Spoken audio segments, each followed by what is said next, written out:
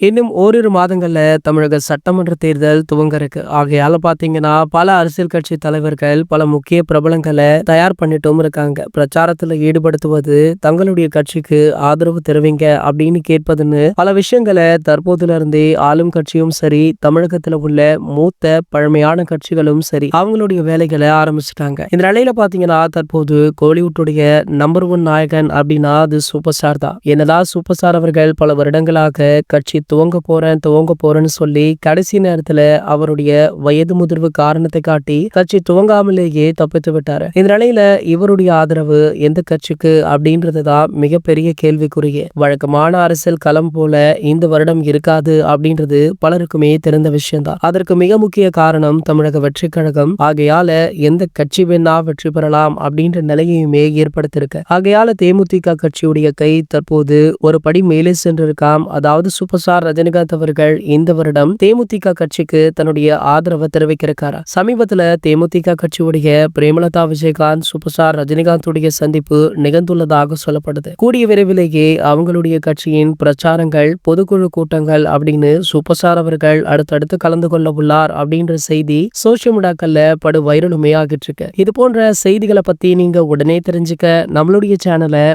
மறக்காம சப்ஸ்கிரைப் பண்ணிக்கோங்க.